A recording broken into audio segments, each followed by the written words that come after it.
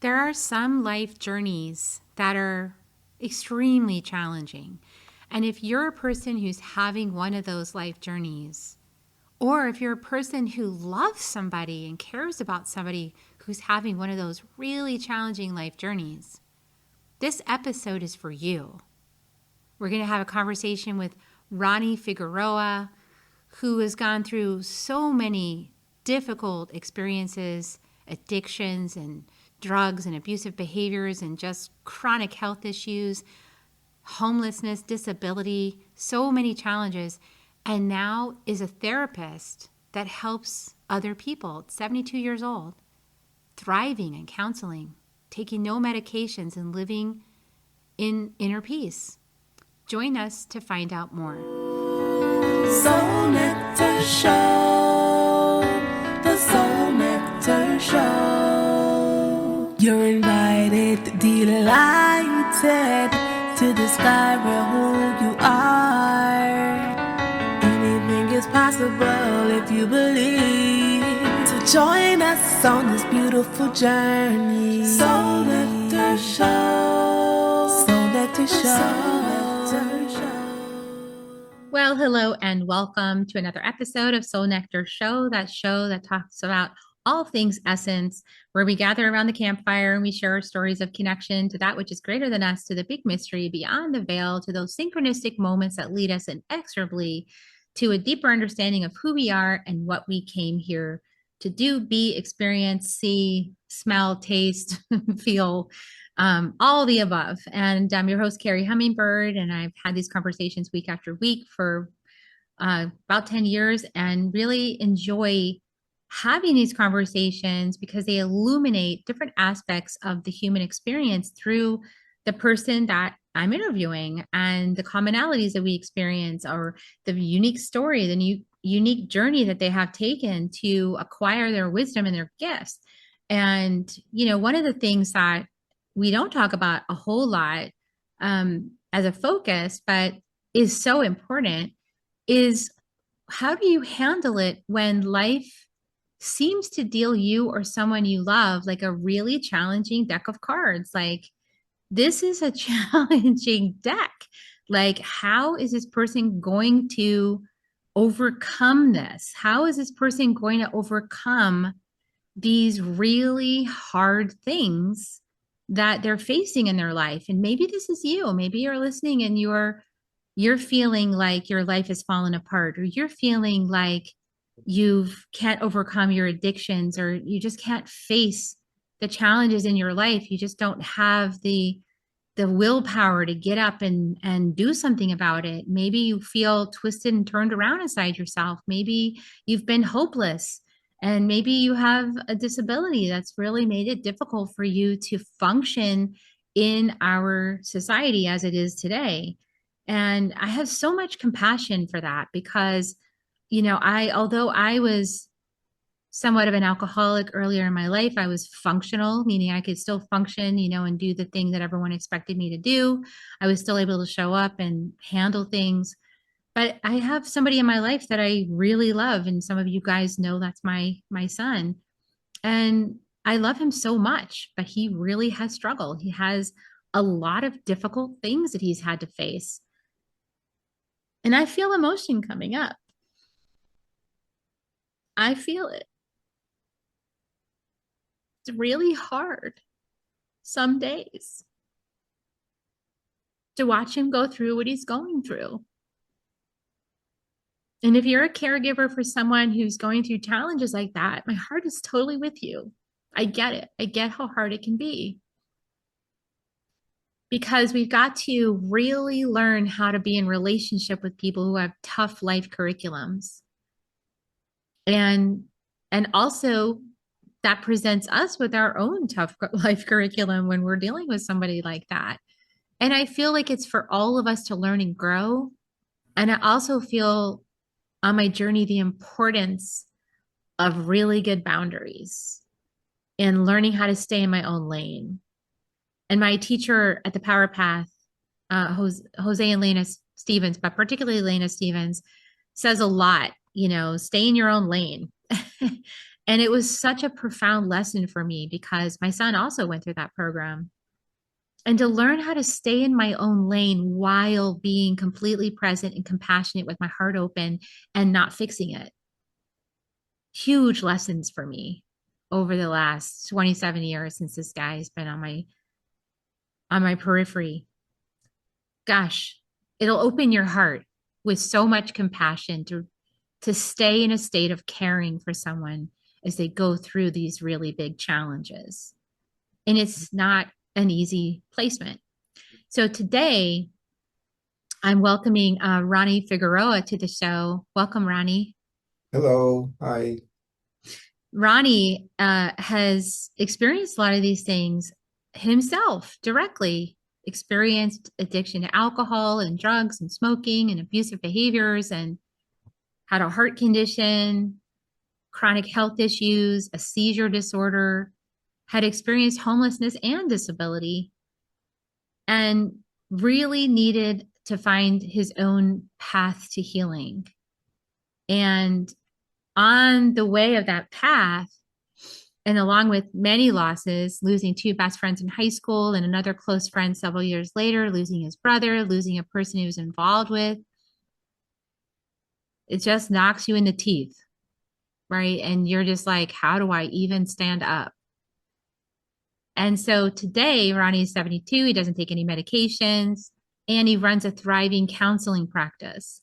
And honestly, and I've told Ronnie this, I know my son is a medicine person and I know where Ronnie's sitting is where he's going to be. But watching a person walk the path of getting there is really sometimes hard. Mhm. And so we're going to, and I hope I can let this flow through me for on behalf of anybody here who feels that in your own life. Let's just take a moment and feel that grief together. Yeah.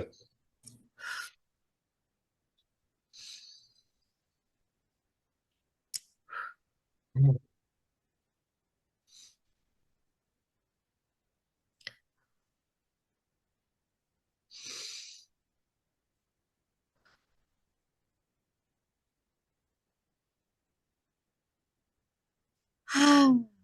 Let's sink some roots down deep into Mother Earth's soil, letting the root go way deep into the ground.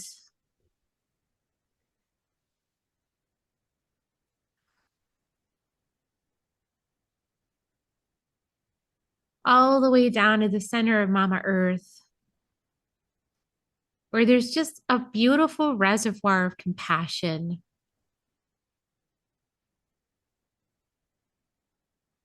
Deep, deep compassion. And I like to visualize rose quartz light, compassion, coming back up the root and all the way back up into the body. And just really letting Mama Earth hold us with so much compassion for these experiences that just crack us open.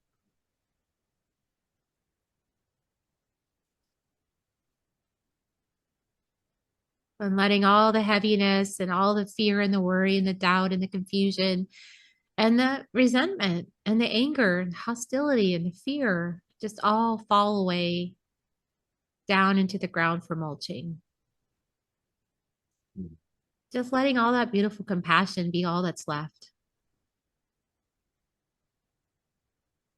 Because we have a really powerful conversation today, and I want to be in the most service and the most transparency. You know, I have a lot of things figured out. You know, I've had my own journey climbing up the mountain. I've had my own journey, and we're going to hear Ronnie's journey. And so I made it to the other side. I know it's possible. But when you watch someone you really love going through their own hard knocks, you know, it is just so heartbreaking sometimes. And so my heart is with everyone, whether you're the one that's having the hard knocks or you're the one that's caring for somebody that's having the hard knocks. Either way, it's you deserve just as much compassion and love for the journey. And so I want you to know that. And so Ronnie's going to help us navigate some of this territory from both sides of the equation because he's also been on both sides. And how can we bring so much understanding about the human condition to our loved ones that are going through tough times or ourselves when we're going through that. Ronnie's a licensed mental health counselor, a certified hypnotist, a life coach, a nutritional advisor, and an energy healer. And so, yeah, you got to explore it all when you're when you walk that path. You just basically looking under every single stone, trying to figure out how to make life better. So I see you as that fellow person, Ronnie, and I just welcome you to the show and Thank you. welcome. Thank you so, so much, Kerri. Thank you. I'm trying to say, just sit here and not tear up, but thank you so much. Yeah, thank you. Where would you like to start? Where would you want me to start? Yeah, I guess I would really like you to tell some of your story, not to dwell too much in the story, but like some of Yeah, your story of the hard things that you faced and yeah, yeah, maybe yeah. some golden threads for how you pulled yourself through that experience. So I Yeah, think let's yeah, start there. sure, sure, sure. Broken home, single mom, violent behaviors, bloody fights and all that as a child. So that wasn't too cool. So that hurt, the PTSD kind of thing that would be developed from that kind of thing. A pretty rough neighborhood in Patterson, New Jersey. Father was a bootlegger, so we got access to alcohol very easily, young age. So we would drink a lot. He got them in these mason jars, from the South. He'd bring them up, sell them to his friends. And me and my friend, we would sip on them. We would do it so much sometimes that it was almost all water in some of them.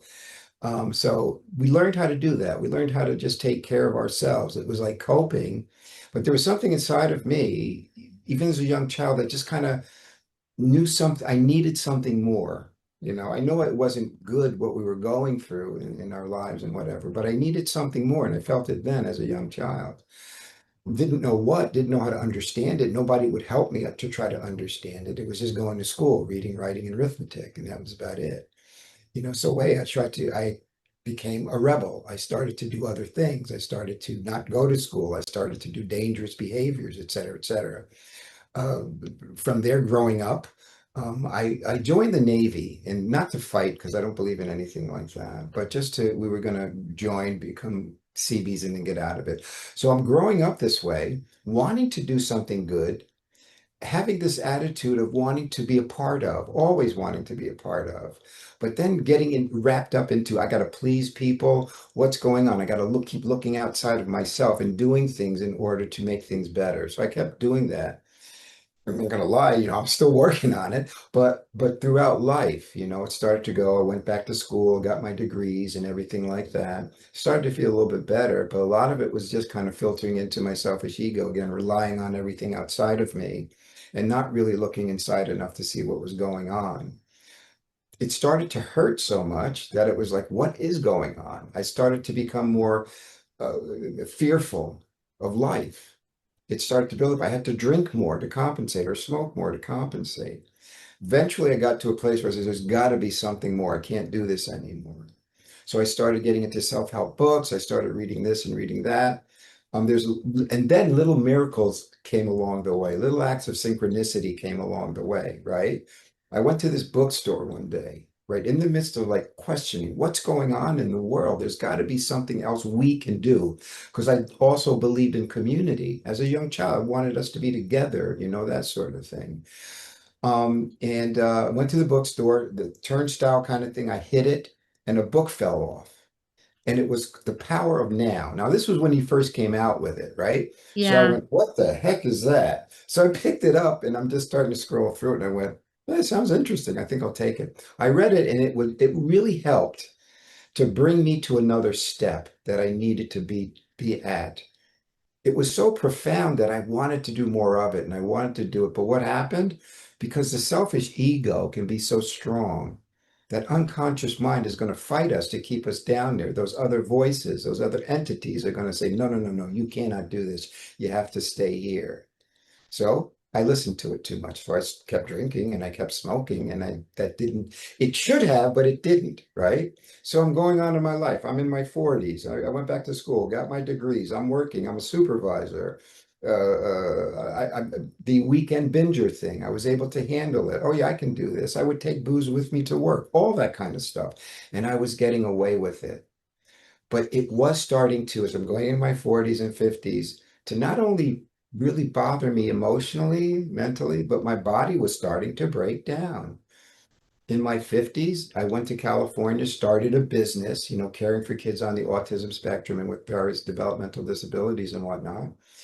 And, I wanted to help. I wanted to do better. I was reading some of the self-help books. I had gone to the seminars. I don't want to be a name dropper, but you name them, I've gone to them. And it was helping, but it wasn't enough. Why? Because I'm looking outside for them to help me. I still hadn't gotten that idea that it's all already within you, which I'm starting to understand more and more, and how important that is to trust in that. So all this stuff is going on. So the universe is probably going, all right, you're dumb. Here, I got to hit you upside the head. Maybe you'll listen. Because, and I say this too because I want people to hear it sooner, and I'll say it again. Nobody has to go through what I've gone through. We can learn sooner, and people need to understand that. It's good that we can be representatives of that, but people need to understand they don't need to go through that. So I died. I died one day in my 50s. I was jogging to the gym because I was still in pretty good shape, I thought. And I swam. Then I went into a sauna. I had drank before I got there too. I passed out. They came. They had to resuscitate me because my heart stopped. They put a pacemaker in my chest, which I still have because of it. Um, and it was like a wake-up call for me, right? And you think I would do something more, but I didn't. Even after that, I kept drinking, thinking that, hey, I have a pacemaker. Hey, if my heart goes bad, it'll go off and I'll be fine. And so seizures started to happen. And again, if I'm going too long-winded, please cut me Oh, off. no, no, this is great. I want people to hear this, like how much Okay, it took you. Yeah. okay, okay. And with the seizures coming on, asthma started to happen, and I'm still smoking. And all of these things are happening. I died, and I'm still doing it afterwards. So I think the thing that during this time that really helped, because also I was so out of it at one point in my 50s, right? Just before I started the business, really, that I had to go on disability, and I didn't have a place to live. So I was living in a garage in a facility that I was working for. They allowed me to sleep there in the garage.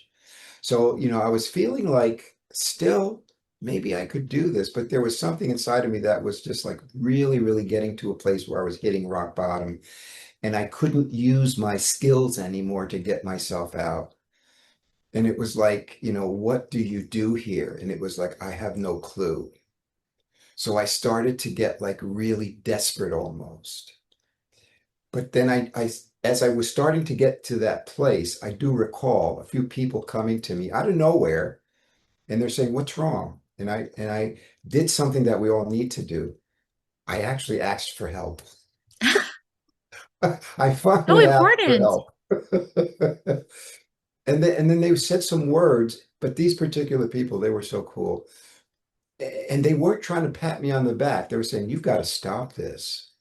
You're going to die. We'll try to help you, but you got to stop this." And that just kind of did something to me. And I went, "Thank you." And they kept being there for me. And they were saying, "Okay, we can be here, but you got to do this yourself. You've got to do this." And I Yeah. went, "Okay." So I was going, "How?" So, I was listening to things, and I started getting to some of the stuff that I had learned from the past. It started to hit me. Oh, the power now. It says be present, be in the moment. Okay. So I started to feel that more, and it started to make me feel better. I started to see myself wanting more of it. So then again, don't get me wrong, books are important, all these things are important, but they need to be secondary. We need to learn how to really learn to have it all within here. Use those things for helps, but we rely too much on the things outside of us as a world, I think. We need to learn to see that we already have it in us. So I was practicing that, still going to all the seminars and whatever. More and more, though, I saw that, wow, there's this thing in me that can generate something. It's a people call it spirit, God, whatever you want to call it. It's so real. It is so real. I didn't see how real it was then, Mm. but I kept practicing these specific things that would help lead me toward that. And I got better and better. I stopped drinking. And it wasn't because I had tried before. And when we're trying and trying, we can do this, it doesn't work very well. It can for some people. But if you still got all that stuff trapped inside of you, it can be almost impossible to stop these addictions, right? Because we all have some kind of addiction. And so I saw myself weaning off, and it was like, wow, I don't want it as much. I saw myself the alcohol, the smoking, and then I stopped completely, and it was like, hey, I'm going to be super spiritual man now. That's the next addiction. Yeah, Exactly. it Yeah, is. yeah. All the seminars, all the books. Hey, yeah, you go to this one, to that one. I had all these books.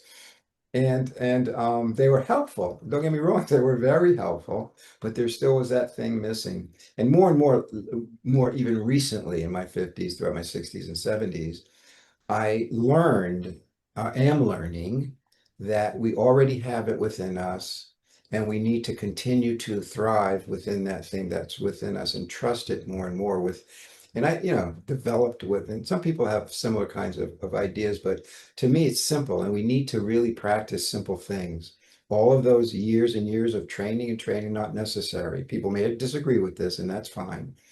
But anybody at any age can heal in a relatively short period of time, and we need to understand that we can do that, and then find the tools to use that are going to, help that along the way. And there are many, but they need to be simple more and more.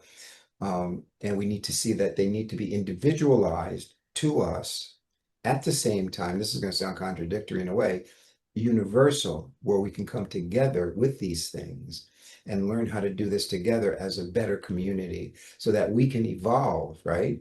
The thing that I call it my fourfold way of life, basically, and it doesn't have to happen in this order. And again, please interrupt me because Oh, I'm no, just this is going great. on Please and keep on and going. on.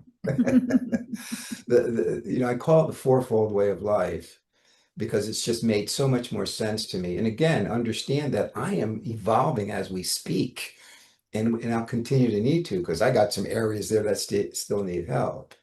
But the fourfold way of life, not necessarily in this order, but it's the idea of learning to be aware of you inside yourself and that's the first part. The second piece is to be vulnerable enough, to be open enough, and understanding to what awareness truly means. But you can learn that more so experientially instead of trying to learn it from books and all that kind of thing. The vulnerability aspect, that's the second part, where we can be that open, where we're allowing all this stuff to happen and not have to rely on those things outside of ourselves. It's a scary place to be because you're putting it all here and you're saying, okay, I'll try to keep it here. And then all the distractions come in and they pull you out all the time. But the whole work is to keep bringing ourselves back to this place. That's the work, no matter what's going on the outside. And it's so difficult. Some of us are doing it better, some of us can't do it. And I want to help people to learn how to do it better. That's the second one, vulnerability. And then within that, and again, it's not in an order, they're all one thing. We need to learn to take risks and put ourselves out there for what we truly, truly believe that we need to do for ourselves and we need to do for other people. Because I don't believe in that old self-help, new agey kind of concept. Oh, take care of yourself first. Then when you're better, then you help people. Then you can be more. No, you have to exercise wherever you are that kind of vulnerability. That's the second part. But the third part, the risk taking and putting yourself out there. Even if your head's on the chopping block, you have to make a stand for what you truly believe, even if you're not sure it's right or wrong. And within the whole thing that brings it all together, we have, like I even saying this, it's a scary place to be, but there needs to be trust, whatever degree that you have, and you need to keep coming back to this whole thing, this practice. It's easy if we just kind of get that, and it's an experiential thing more so than trying to understand each and every aspect of it.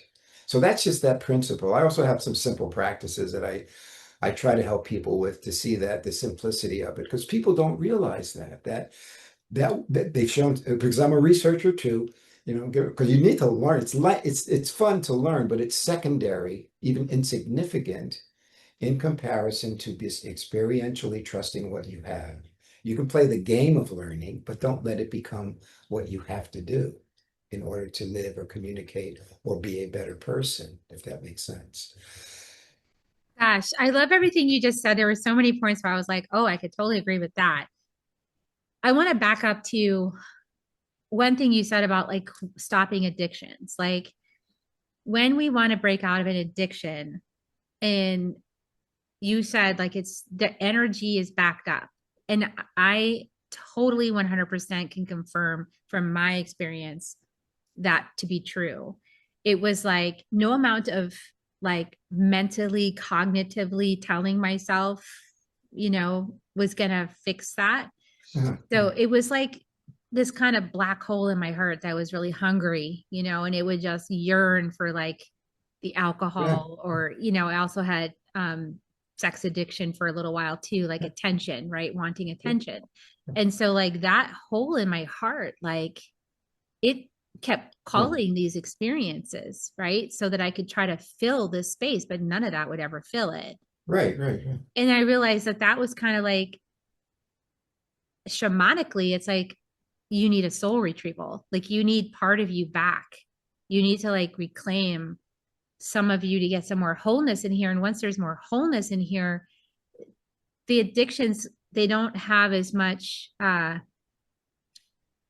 pull. Like they don't have as much sway when you have more of a feeling of self-love and more of a feeling of wholeness. And however you arrive at that, Yes, yes, right? yes, yes. And the way you're saying it is just, thank you. People need to go to something. Don't get me wrong, because they need to have something, whether it's shamanic healing, whether it's some practice. Because I would put it all in one thing. I hope it doesn't sound too trite when I use the word practice, because I don't mean like, oh, work at it, work at it. But there are tools that we can, rely on to help us get closer to ourselves. And the ones that can do it more readily. And I tell people, hey, look, if you're already in something, if you're in a religion, a group, or this or that, don't just jump out of it to jump into something new, because that's what most of us do. Because we, oh, this didn't work as well, or we get into that thing of, yeah, this one thing was so wonderful, and this seminar, this 5-day seminar, just revved me up so much. I know everything's going to be good. Then they go home, and it's like, wait a minute, why don't I feel as revved up as I did when I was in the seminar? Because we need an ongoing healing from within that we can practice or live experientially more so than mentally every moment of our lives, to work toward that every moment of our lives. Some of the practices that you may have, it's probably, and when you, the way you were just saying it, I'm kind of going, I think I want to know more about that one too. And some of the things that I Yeah. have, I cover a very simple practice called the three-part healing practice, and things like that. We need to come, and the key part of it, we need to see how important a truer community needs to be developed. A genuine, real community where we're breaking down the boundaries, we're breaking down the BS, we're truly being genuinely more and more real with where we are. And if we don't feel we are, at least being open to getting help from each other. Yeah. I so much of what you're saying I resonate with. The how you get there is whatever spirit like puts in front of you as the pathway, right? Or whatever you cultivated, the tool, the practice, whatever you were brought to that you decide you want to commit to as a daily practice in order to bring yourself that more that Right, wholeness, right. right? But Yeah, yeah. I want to also like really support and validate your comment about it needing to be a personal practice. It needs to be a regular practice Yeah. because it's not going to come from the outside, and there's some people who will, they'll just go see a healer once a week and get the entities off of them. But that's not you figuring out how, like, what are the patterns inside that are calling the entities to you as Yes. a little feast, so like you Exactly. Yeah, clear yeah, them yeah. off, but like why Yeah, are yeah, they going yeah. to keep coming back until you develop some good boundaries and clear the patterns that they get through, And right? So you to do. yes, yes, and it works. The idea, and I want people to understand, we're not just verbalizing something. I know you, I never met you, I never met Kerri before, but the resonance of not just the feelings or the experiential things we're talking about, but even the practical things that were on the a similar page. I'm sure there's going to be things we disagree with, but this kind of concept is so important. Can I ask you a question? Yeah. because I think this is important because I look at the whole spectrum because I want everybody to be helped. The ones who might not believe in anything, the ones who are defiant, the ones who are getting it, the woo-woo people who think they have it all. Um, um, There's no judgment with that comment, but yeah. no, not at all, not at all. But how would you, what would you recommend to those who are beginning and wanting, but they know they need something? Is Well, that a fair question? But I mean, okay, well, I'll offer mine and I want you to offer yours. oh, that I'm gonna, yeah. Okay, so mine is this, and I published this. I actually wrote a book. And I do recommend writing a book about your journey to wellness. Like, I recommend setting an intention that I'm going to be loved and I'm going to love myself and be totally well. And then start Wow. Yeah. writing a book about it. And then you can document all of your experiences towards that goal. And then, someday you can publish it and other people can benefit. So that's what Right. I was guided to do. And along that path of getting over because the alcohol addiction was not as strong as the love addiction. So that was what was underneath the alcohol addiction for me, Sure, was sure. wanting love and validation, and I wasn't receiving that in the way that I needed to receive it. And so I was just kind of randomly hooking up and trying to Oh find it yeah. that Oh way. yeah. Oh yeah. And it was not good for my health or my wellness or any my self-esteem, none of that. So when I went to a spiritual retreat, a 3-day retreat, a silent retreat. So I had to stop talking and start listening. There's another piece of this puzzle. I had to stop talking and start listening. And the woman who was the teacher in that retreat, Vanessa Stone, I think is her name now, it's in my book. But she had said, as she had her time with me, she had time with each of us. And she said, I'm going to invite you to be celibate for 100 days and to let God make love to you. Like, don't let anybody else make love to you. Let God make love to you. And so I started this 100-day process, and I visualized it as if there was a pyramid, because I had just been down to Tulum and I had gone to the pyramid, and there Oh. was in the jungle. And so I Mhm. visualized it being 100 steps to the top of the pyramid. And then so I fell off at step 5. Well, hey, you made it to I mean, five.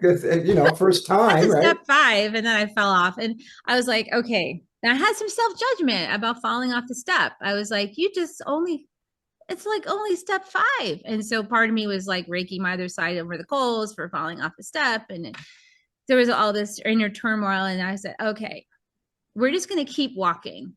And then when I got to like step 20, I said, okay, I'm stronger now. I'm starting back at 1, because I'm going to do the whole 100 steps without interruption. But I had to get myself over that hump without judgment, continue, Hmm. and then Hmm. start back at 1. Hmm. Hmm. Because if I started back at 1 right away, I would have Hmm. felt a lot of self judgment that I had to Hmm. start over again, and I Yeah. wouldn't have been able to handle it. So I had to let myself keep going for a while and then start when I was strong, start back at 1. And then I Right. got all the way Right. through the 100 days, and it did help me kick the habit of that. So I would Yeah. value myself more and not That's be good. just giving myself to anybody just to get attention. So So, and if you read that book, Awakening to Me, people have read it and said, Kerri, it's like you go into the next haunted house of the abuser user relationship, and you uh-huh. we're like Uh-huh. telling you, don't go in that house, don't go in that house, don't go in that house, and then she goes in. Goes in anyway. Yeah, yeah. It's like, Yeah, we do that in different kind of yeah. ways. Sure. We do that. So I told you mine. So what's yours? Well, first of all, I want to say the idea, what you said in the beginning, and maybe I'm, not saying this right, but just the idea of learning to care about yourself, to really just put that in there. What was your word? I forget exactly how you said it, but to love yourself that much or care about yourself that much, and just to kind of see that or do that or visualize that. Because again, I'll just use my word, the practice is so, so important that we do ongoing. The idea of what you're saying, and I found this for myself, sure, I'll go back and I'm still doing things I shouldn't do. Like, for my diet isn't the greatest at times. I'll cheat and eat my Haagen-Dazs ice cream when nobody's around. My cholesterol says don't do that. But I don't smoke anymore or drink, so I'm Okay. making progress. But the idea of being kind to oneself is so important, and I'm learning that. May sound a little corny, but these days I'll get up and when the first thing I do, and it's habits are important too, and people need to understand that. I'll get up and I'll go into the bathroom. We got to go pee first thing, right? But then I'll look in the mirror and give myself a hug. Sometimes it's like, man, you look like crap. Have a good day. And just that act, that simple act every day, it's been helpful for me. It's been Mm. really helpful. So I want to recommend to anybody to do something that if you've already started something, fine. If not, find something new, something that Kerri might have, or that I might have, or that someone might have. Make sure it's simple, because the way you're explaining it is a simple truth that people can see and build up on. Sometimes I don't do it, and sometimes I feel like crap, but that's just one thing, you know. That's one little thing. I don't do my 3-part practice as much as I should because so many things are going on, so much really chaotic things are going on. And a lot of that too, and I got to be honest with everybody, most of that stuff is what we create. It's not just random. And it can be twofold that our unconscious stuff is wanting us to recreate it. And it's also good because the universe is saying, hey, I will help you break through this if you come to me and stay with me. So I'm learning to do these kind of practices every day that can really, solidify me with what I already have. So in other words, it's like, okay, I'm on step 5, let's say. Now I'm going to go try to go to step 6. Oh, I fall off still. Quite a bit. My falling off is getting a little upset or frustrated or angry, right? For this Yeah. person or that person, that sort of thing. And then, but now I don't get guilty and go, okay, let me go have a drink. I'll feel better. It's more like, all right, I made a mistake. Let's go to the next step. So instead of starting from the beginning, I'll just keep going to that next step, to the next step. And where I am right now, by doing this kind of practice, there's a word for it. To me, it's like building up on top of whatever you've started. Don't give up on it, but keep going forward, even if you feel that you're failing. Keep moving forward in it anyway, and it works, and it can work in a relatively short period of time. I like to use is this an analogy? Yeah, or something. Was it not Graham Bell, but what's his name? The guy who started the electric light, Edison. Um, and he was interviewed one day, and the reporter was going, we're seeing that you tried to make this thing thousands of times and you failed so many times. How could you keep going? And he said, I didn't look at it as failing 1,000 times. He says, I looked at it as another way not to make the bulb. So you Yeah. know, yeah. And there's something to that really does work. We need a community to help us along, but we also need to know that we have it within us. And I hope that, and again, no matter who, because there's people who are suffering big time right now. And when I say this, I'm saying it out of my genuineness and my reality that these simple practices will change your life, will save your life. You just got to go somewhere and start to do it. Now, I'm going to throw this one out too. And please tell me how you feel about this, because a lot of people are trying, and they'll go to this seminar, and they'll go to this thing, and they'll go to this thing. So, I mean, I have my own answer too. And I'll give my answer first if you want. But too many of us, a majority of us, fall back. A majority of us who go to the seminars, or who, and I say us because I think so much about the whole world, we fall away from it. And I would hope, I mean, that something could accelerate everybody to just get something and really stick with it and grow with it. That still concerns me this day, the way our world is, that so many people aren't getting it and may not get it. And Yeah, and it's you've mentioned a couple of times the importance of community, and I want to explore that a little bit because there's a lot of people right now, a lot of influencers and different people spreading their voices about community, spiritual community in particular, and feeling really let down by it somehow, like yeah, feeling like whatever experience they had was really shitty, you know? yeah, And I yeah. don't know what they experienced. I believe them when they say that. But also, I know that it's possible to build community based in genuine interaction, but you have to have, I think, a set of common agreements. And you've got to be aligned with those common agreements in order for it to work for you. For example, like Mm, in our medicine community that we have started, my partner and I founded, and we have such a beautiful community that's, it's beginning to bud and grow. And it's just like so exciting as the gardener of it. It's like, oh, look at this, mm. it's growing. But Yeah. one of the ways that I think that it's growing so well is because um, as the leaders of it, right? First of all, I feel like my leadership of it is temporary. So I feel like I'm leading it now, but I fully anticipate the community members and other members to be rising up into positions of stewardship and guidance. So I do not see myself as a fixed position. And I think that makes a big difference in people's Mhm, outlooks. Like they see themselves as becoming the stewards of this community in some way, shape, or form. And I think that's important. We get out of this guru mentality like mhm, that just because I walked a path and I developed a tool set and I said, hey, I want to share these tools with you guys. And they said, we love these tools. mhm, It's not about me, it's about mhm. the tools, you know? Yeah. Yeah. And I think Gene Keys has done this really well. Richard Rudd's community has done this really well because it's all about the gene keys, and he's facilitated people to step up into positions of leadership. And he's actually taking a back seat now. He's getting ready to like backtrack and be like, okay, you guys take the community forward. I think it's a really good example of like how we can do What's this. this person's name again? Yeah, Richard I Rudd. gotta write things down when I hear I them because I know. won't remember. But I feel like these are some examples. And so so having like the common agreement, so like in the Gene Keys community, that's GeneKeys, in that community we're looking at our pathway is our golden pathway, and we're looking at it through the lens of the Gene Keys, and we're looking at it through our own personal chart. The 64 keys exist. They're based in the I Ching from the Himalayas and astrology and a whole bunch of other things human design related.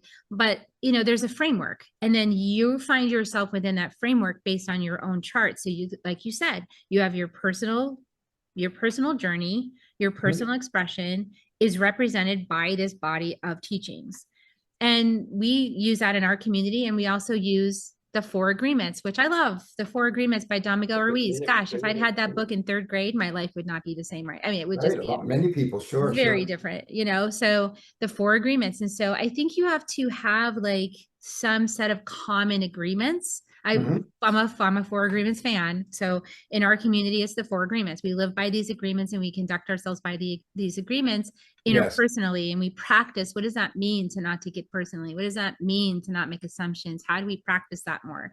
Hmm. So in that context, because we all agreed to be in a community practicing, these tenets, Hmm. then we're doing it. And vulnerability, like you said, like I exhibited vulnerability in this call. I didn't know that that was going to happen. As people that watch the show say, she never does that. By the way, Ronnie, in case you were wondering if I opened any episodes crying, no, my heart was very touched today, and spirit told me to not hold back. And so, as you know, I didn't hold back. So I just let it be what it is. And vulnerability is really important for especially from leadership, because Hmm. I otherwise mean, we give the especially. Yeah. Yeah. false Yeah. idea that we've got it all together and we've arrived somehow and we're like fixed and healed and everything's copacetic. And it's That one of the gives most people healing this things. Yeah. wacky idea, Yeah. and Yeah. it's not Yeah. true. So what are your Yeah. thoughts on all that? Everything that you're saying, for me, I'm gonna, I believe in simplicity, be honest with you, right? But everything that you're saying, we just started this group. We've had 4 sessions. We're meeting right now once a month, every first Sunday.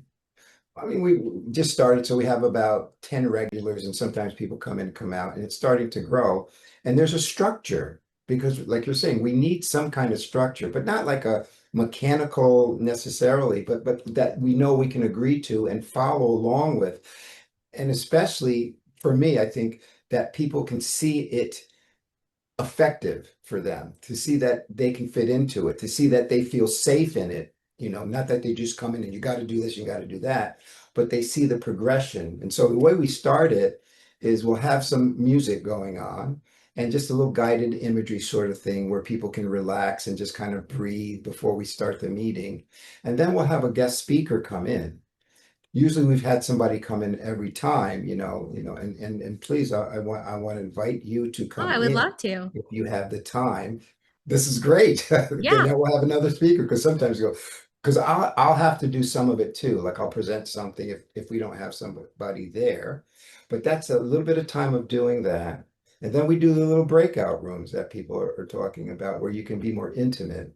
This is probably where we need to learn to be a little bit more maybe organized, as we grow, like you're saying, the different specific things that they would want to do. But I want to keep it as simple as possible, right?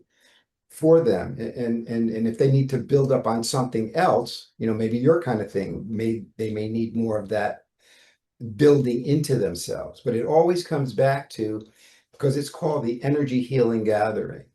We Mm, want to get to collectively so that we can put out energy for ourselves to heal. Some of the presentations help with that. The breakout rooms will help with that. And then after that, we'll just send out, we'll have the chat sometimes and people saying what they want healed within themselves. There's some people, there was a lady who's suffering from cancer, and we all just in that small group put out some healing energy toward her and just kind of supporting her in it. And there was tears and this and that. Some of this last one, and I don't want to be too long-winded with this, the last one um, really showing how miracles do happen. There was one lady who did a presentation, and she lost her brother 3 years ago during this time. She said, 3 years ago, I lost my brother. I had problems with my mother, who was very physically, emotionally abusive, and with sexual abuse attached to it. The third one, I've been communicating with my brother, who's on the other side. I feel that we are still communicating. One of the members who I know, someone I know, she was just saying, and she said, she was like freaked out. And I said, she raised her hand. And I said, Did you want to share something? And she says, my brother died 3 years ago. My mother was sexually abusive to us. And she was crying while she was saying it. I mean, and she said the third thing, and she's been working on trying to communicate with her brother, which can be very difficult for her. What that doesn't just happen from nowhere. So these are the kind of things that I hope whatever communities that get together will develop these things more so, where they become more commonplace instead of like how too many groups aren't really gelling enough. yeah, I really like what you're saying, and it's something that I've noticed happens a lot in our community because we do like group programs. I mean, I will teach our programs individually if somebody wants to be a lone wolf. We have a program, Lone Wolf. Okay, so like if they want to be a lone wolf and do it themselves, we will guide them through the teachings. But it's so much more effective with a pack. Like when you Yeah, have, yeah, yeah. like a group, the group attracts itself. So there's common themes. There's, they'll feel the call. And so they'll come in, but they don't know why, but it's because they're actually working with their pack, like their Yeah, people. And yeah, they're yeah. working on certain soul lessons. Like that group will be very focused on certain soul lessons. I've just noticed it over the years. It's like, oh, this group's working on mother wounds issues. Yeah, Okay. yeah, yeah, yeah, Or yeah. like this group's working on self-esteem. All right. And you'll just start to see like they have exactly Yeah, the yeah, same yeah, yeah, themes. yeah, yeah. So And, like and when that somebody becomes shares some story that touches on one of these themes, everybody gets healed. right, right. In the way you're describing it, it sounds as though because you've developed this, from what I'm gathering, from again more of an experiential growth within yourself and in the group, and then you get these different parts of it that are developing by virtue of that, right? Yeah. And that's a wonderful thing because Amazing. then it becomes individualized lone wolf, but at the same time, it's also collectively universal, and that's so important. Yeah. Yeah, it's really important. I love that you're saying this, and I love that you're also incorporating these principles in your practice, and that, you know, I feel like you're one of my people because we're like, we all have like tried, we've like literally turned every stone and looked inside and said, okay, what's this practice? Okay, what's that? And then had this massive tool bag, for because we needed it in order to heal ourselves, like in Uh-huh, order to uh-huh. get untwisted and untangled and Yeah, yeah, I've you know thrown it what. away now. That bag's gone. So yeah, beautiful, beautiful. And I love also that you've mentioned a couple of times like the space of miracles, like how and I want you to define your version of miracle because I think you and I share the same version of miracle, but I want you to say what you think, like how would you describe a miracle? Oh, wow, what a question. To be perfectly honest with you, maybe this is going to sound too, esoterical or whatever, but I believe that we need to have the miracle all the time. Me being in here in this space is a miracle to me. Me being alive right now is a miracle to me. Do I appreciate it enough? No, that's the issue that we don't, right? But that to me is the essence of living the miracle, if you will, and learning how to do that, which can be very difficult when we're all distracted from all these things from outside and from inside, you know? Now there are the specific kinds of miracles, I guess the more tangible things that you see occur along the way. I believe very strongly there's a parallel nature to how you're healing yourself and how you'll see those synchronistic miracles stack up more and more. As your trajectory is growing and you're evolving, you're going to see more of those things, or we need to see more of those things. And that's what I've been seeing in my life more. And it's good validation to just say, oh, okay, I got to trust you more then, so I can see more of it. It's not just me. And it's okay to make mistakes because I know at the point of my life now where I am, I can act stupid and I'm still connected. I can say things that I'm not sure of and I'm still connected. There's this aspect, and I don't believe in, again, the woo-woo concept of channeling necessarily, but it is something that we need to learn that it's always here, and this voice is coming through us all individually. We have this voice that'll speak through us. We just got to trust it, and again, take that risk to just come out with what's really inside of us. Having a group, of course, to support us with it. I hope that makes sense as far Yeah. as what I'm, Yeah, speaking I think about. the miracle is that we're even here, and certainly when you've had a really, I mean, that by itself is just a miracle because how did that even happen? How are we on this planet? How is there a planet to be on? All of that is kind of a miracle. It's a big miracle. And then in my personal life, I think about all the crazy stuff I did, and I'm just like, it's a Right? miracle I'm still here, Exactly, you know? exactly. Yeah, So, yeah. yeah, But that brings up another question. I don't want to be too much here because we're gonna have to end soon. This could I go on know forever. this is fun. But with that idea, um, that miracles do happen, and there's some people who are experiencing it more. Um, oh, where was I going to go with this question? This is when I lose it sometimes. I guess I'm wondering, like how we can continue to live this way, especially those who are having a difficult time, to get into this frame of trusting this thing or living in this miracle and then building up on top of it. I don't know if that was kind of the question, but I actually wanted to ask him in a different way. Yeah, I think it definitely requires the practice that it's like the practice keeps you open and available to be a witness to the miracles. Because Yes. I believe the miracles are already happening. It's just that you may not be seeing them. Because if you're really having a hard time and you're struggling, and I've had those parts in my life where I've really been down in the dumps, and my mind was telling me nothing good is happening. What's the point? I don't want to be here. Hmm. Hmm. Take me now. Yeah, yeah, yeah, yeah. And I was not seeing the miracles then. And a couple of times, though, the miracles poke through really strong. So I think sometimes when you're really getting off track, divine might just come down lightning bolt, and I had a couple of those moments where like eat, pray, love on the bathroom floor, like crying my heart out, in the middle of the night, like this is a terrible marriage. I'm really stuck. I don't know what to do with myself. I'm so upset. All I do is cry. Somebody's got to turn this off. And then all of a sudden it's like God turned the tear spigot off and I stopped crying. And I was like, Mhm. how did that happen? Like, That could be like, wait a minute. like all of a sudden I'm not sad. What happened? Right, I right. didn't I know. didn't I do didn't any know how it drugs for stopped. that. It just stopped. And I was like, Yeah, that's really weird. yeah, But I mean, you can have these moments that get your attention.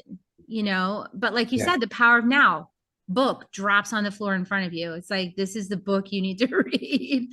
yeah, It's yeah, like, but that's, you know, when I believe the divine will orchestrate any person when you're way off track. And I mean, like, because you're going down into self yeah, violence yeah, and self yeah, deprecation yeah, and martyrdom and all those things. And that's kind of off track, like it's on track because you need to explore it for your curriculum, but it's off track if you really ready to love yourself. right. So it'll just kind of give you bam, like an insight like that. Yeah, and And the everybody can get key is that. to Yeah, follow those. yeah. Like, It is, and I and mean, I hope more people like yourself and what you're doing, because here's what I believe too. Your message, needs to be expanded more and more to the whole world. Messages like that, people who can say these kind of things, it needs to be, especially now, because there's so much, oh, come on, everybody's saying this now. And that's one of the things. People are becoming more and more fearful because of everything that's going on. And that's not necessarily a bad thing right now. It cautious and can, aware, I think, is good. cautious and aware is Fearful and good. worrying is going to drag your vibe down. It, And unless yeah. you can learn from it and not go back into your bubble, because that's what we usually do. Yeah, because escapism happens, beyond alcoholism and beyond drug use and all that. Like you said, the next addiction is spiritualism. I mean, you can also be in an escapism of spirituality, kind of staying up, flying high with eagle and not coming down into your body. So that's another Yeah, escapism. yeah, It's just yeah. that it feels better. Right, But right. it What? gets to be hollow after a while because you do have to come back down. Like that's the next part. You've Yes, got to yeah. really get in your flesh Get and it right, the meat and exactly. bones of your journey and like the things that Yeah, you've yeah, yeah. avoided and didn't want to face and the emotions Right. you don't want to Being feel. right, right, right. Being too spiritually minded to be no earthly good. Yeah, yeah. Um, Exactly. Or like, yeah. can't wait to get my What do ticket you out of think here. about? What do you think about? How much more time do we have? I We mean, I'm have a just couple going more on and on. minutes, I think, maybe 5 more minutes. Okay. Yeah. What do you think about the idea? And again, this gets a little bit interesting, I think. Like we were talking about fear, because there are things, there is fear, there's depression, there's sadness. Well, I shouldn't put sadness in yet, because I think we need to have more sadness in it. That's the concern part. But the fear part, like, I think people need to have some of that too, just as human beings. Do we need to have the way we understand it? No. But I do think that we need to see that there's things there that we need to evolve from becoming how we, in words again, how we interpret fear to become more the concern. But in order to get there, and this is, I guess, where I really want it to come from, we need to, as people, be able to recognize that it is there. Don't stuff it down, but let it be exposed. The more you can let this be exposed, then you're practicing trusting something where you are, and it will dissipate because darkness can't exist with light. But too many of us are afraid to let that be exposed. So when I say fear, that's what, to be able to see that we all have it to some degree, and to learn how to evaporate it, have it join the party while we're healing it, if that makes sense. I don't know what you feel about that, Yeah. I Kerri. mean, that's the vulnerability part of your 4-part program. That's being willing to be vulnerable and say, hey, I'm afraid about this, or this is causing me anxiety, or it's being willing to ask for help, right? And to say, I'm feeling these things.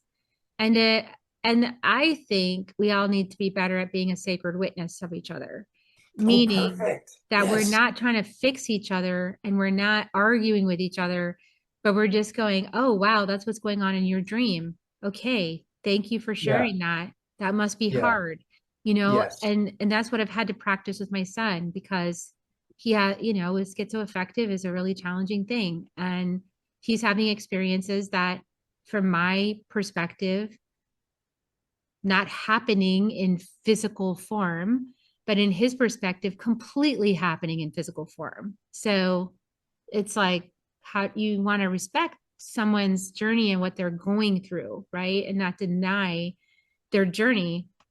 I've had to learn how to be a really good sacred witness and honor and respect his journey as well as mine, and I think that we're all right at the same time, like I keep hearing that over and over again, that everyone's right inside their dream. Inside that person's dream, they're correct, but inside of mine, they're not. But inside of theirs, they Yeah, are, yeah, yeah, you yeah. know? Yeah, and that's a difficult thing to do at times, or to sit with, but it can be very, very healing, and I think that's really important. People in my business, it was working with children on the spectrum. There's this something called the telepathy tapes. I don't know if you ever heard of it. Really interesting kinds of concepts where they're dealing with people who are nonverbal, and they're showing that they can do certain things because of the where they are. It's something not that we've experienced because we're trying to fix them, or we're trying to do something that doesn't fit into what they believe. And more people are learning to say, let us get into their world and help them communicate in any way that they can so that they can develop themselves. And they're showing some pretty good results from that kind of thing. Yeah, I actually have a friend whose child is autistic, and she's a spiritual person and psychic, and they communicate psychically. And I've had moments of psychic communication with my son. So where it was like, he said something to me without speaking, and I answered it speaking, and he was like, "You heard me," and I was like, "I did hear Yeah, you. Yeah, I heard what you said." yeah, yeah, So yeah, there is psychic communication, and a lot of people that watch this show, they know that's true, yeah. whether or not you've experienced it. But yeah, it It's is, amazing. It can, it's yeah. incredible. And things are growing more and more right now, where it's becoming more accepted by the scientific community, different kind of things, that wouldn't have been in the past. And hopefully they'll become more and more and more, because it's all separation of religion and science, or whatever, or spirituality and science. Do we need to, I don't want to say it without sounding too weird, prove ourselves? In a way, yes. We need to demonstrate that, yes, we do have an answer, the answer, and then that be demonstrated in such a demonstrative way that it does show itself out into the communities. There's this thing that I have a screenplay that I'm trying to develop. I don't know if you ever heard of the Azusa Street Mission. No, I haven't. Okay, 1906, there was this church group. I think they were Baptist or Protestant, black people in a mostly, it was like a white area and the black areas. 1906, they had this church. People would come by and they would hear them doing their loud kind of music and all that kind of stuff. And then they saw fire coming out of the building. So sometimes they saw it several times. They would call the fire department. The fire department would come in and want to put it out, and then they would see that it all dissipated and there was no fire. So, and a journalist came by from, and this was all over the country and the world. It was demonstrated that something's going on here that can't be explained. The journalist was in the building and he saw these miracles occurring that was confounding. Not just the regular, a faith healer puts his hand on you and the person throws their crutch away for a moment and then they go home and they still have the problem. What people were where they would demonstrate were significantly being healed from various kinds of uncurable diseases. The fire was another demonstration coming out of it that they couldn't explain. The journalist was like, how can that happen? But people would say as witnesses that this did happen. So I made a screenplay, and I wanted to present how we can really expand and do these kind of things, because we need to have more of that. Yeah, And I think that's exactly the right direction because honestly, I think at the end of the day, um, what's going to help a lot of people pull out of these destructive patterns is to have something more enticing to live for, to have something more interesting, more compelling, more fulfilling, more enriching, sure. and sparks curiosity and Yeah, sparks interest and Yeah. aliveness. And that is what's going to pull us out, of dark places when we find ourselves in those places. Not to say we should avoid them, because I totally believe in just sitting with it now and just being with myself and bringing my light to that place. Yeah. Yeah. But, Yeah. but then to pull myself through that experience is like, oh, well, I know that I'm going to have this great conversation with Ronnie tomorrow. So yeah, stick around for another day and Well, see what happens. You know, exactly. And a like, lot of people need to understand that, hey, if you've got serious PTSD or different things are going in your life, you're not saying I've got to get everything up here and heal overnight, but incrementally, mhm, we help a person along the way. And I always say this as a therapist or whatever, counselor. I don't even like to use the term therapist. Um, I'm here to help a person help themselves, period. exactly. And we do have to do it ourselves. And so I know that when you're in the middle of it and it's hard and it's difficult and it feels like quicksand or like really thick mud, and it's like you got like cement shoes trying to walk through quicksand or mud. Doesn't feel easy. I get that. I know that. Yeah, And there's a lot of demonstration of people who have survived really difficult things, like Ronnie here. And I've survived some tough stuff too. And yeah, you can do it. And so this why we have the show, is why we share people's experiences, is so that you know that you can yeah, do it too. You just take it exactly. one step at a time. I love the 4 parts that Ronnie shared. Get your support team, get some help, ask for help, be vulnerable, say what you're going through, ask for the support. Don't try to Yeah, hide it, right? yeah, Like, be with that experience and get some support, and one step at a time. yeah. And And sometimes you what might go back, might fall off step 5, but But that's oh, okay. And one of the yeah, things that is my last thing I want to just throw out real quick. It's really good to see that the stuff I'm going through now, which I'm going to be honest with you, it's probably um, compared. Well, it's one of the most difficult times in my life this past year. So many things hit the fan at the same time, and it's kind of like you're going, "Well, wait a minute, it's not supposed to be like this." And you go, come on, God, I'm getting worn down here. Come on, I'm hitting bottom again. But what I'm finding is I can see how I'm joking about it now in a way, because no, and please, I hope people understand it's really that difficult. I mean, some people know that what I know what it feels like to be there, and it's pretty difficult right now. But I'm happy. I'm happy, happy, joy, joy. But I'm at peace in the midst of it. mm, And that's what we need to, no matter what's going on, to learn to connect that much where we can have even a relative degree of peace in it. exactly. And that's why we do the practice, because we develop the capacity to stay present with difficult stuff and move through it one day at a time. Excellent conversation. I'm so glad that we had this conversation, Ronnie, and that Me you reached too. out, and yeah, that I was like, yeah, let's do it. So thank you for being on the show. Thank you.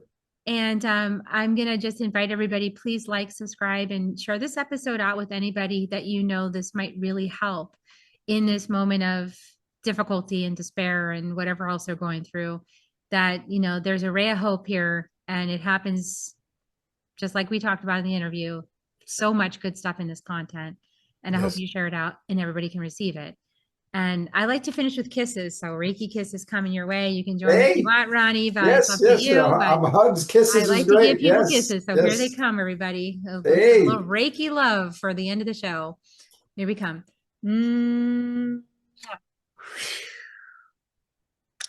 So much love, you guys, and have a great week. And we'll see you next time on Soul Nectar Show.